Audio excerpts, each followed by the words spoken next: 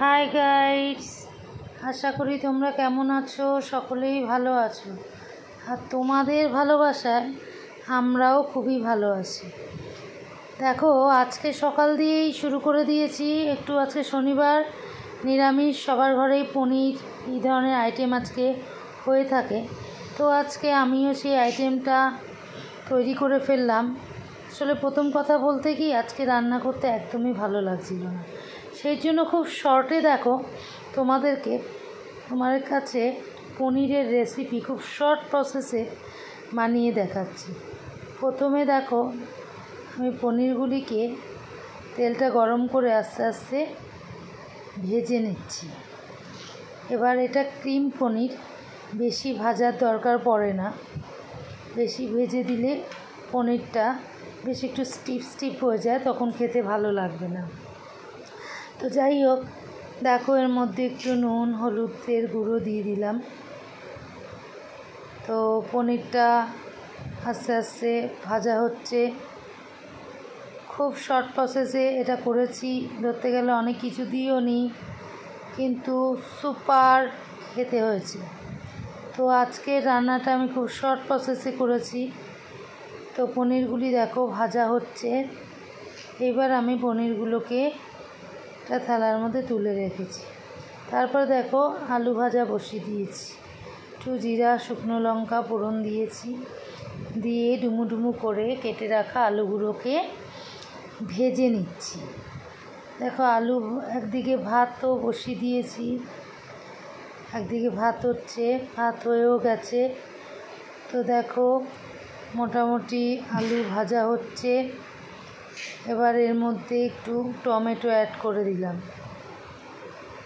তো দেখো টমেটোটা আস্তে আস্তে যখন দেখবে যে নরম হয়ে একদম গলে যাচ্ছে, সেই সময় আমি আমার তৈরি করে রাখা মশলাটাকে দিয়ে দেব। তো দেখো ওইদিকে ভাতও হয়ে গেছে আমার।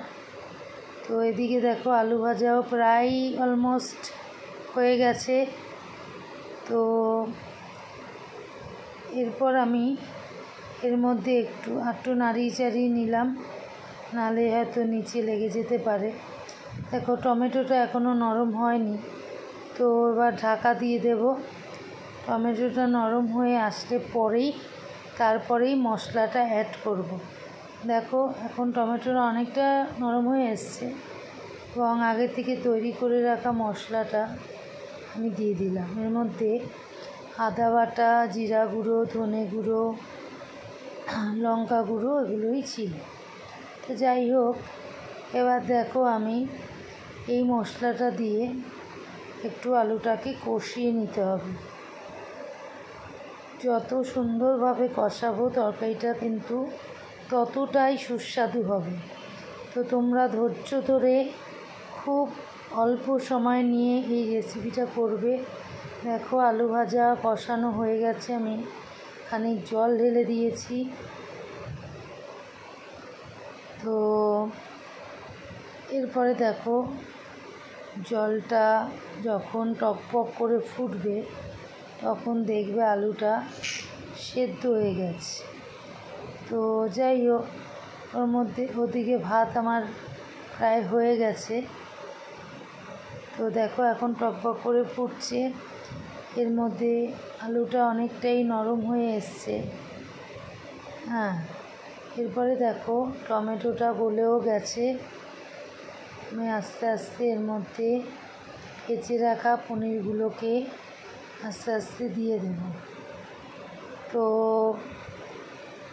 খুব অপূর্ব হয়েছিল খেতে। এখন আমি পনিরগুলোকে দিয়ে দিলাম, তোমরা দেখতেই পাচ্ছ। আস্তে আস্তে পনিরগুলোকে দিয়ে দিতে হবে। তো আমিও দিয়ে দিলাম। এবার বেশি ফোটানো যাবে না, যেহেতু এটা নরম, পনিরটা খুব সফট। বেশি ফোটালে হয়তো ভেঙে যেতে পারে। তো সেই জন্য আমি দেখো আস্তে আস্তে করে পনির নিচ থেকে এটাকে অনেকটাই সমান করে নাড়িয়ে চাড়িয়ে দিলাম। তো দেখো হয়েই গেছে ধরতে গেলে পনিরটা। ব্যাস কমপ্লিট আমার রান্না। তোমরাও এত শর্ট প্রসেসে রান্না করো, খুব টেস্ট হয়েছিল। টাটা, গুড নাইট, সকলকে শুভরাত্রি।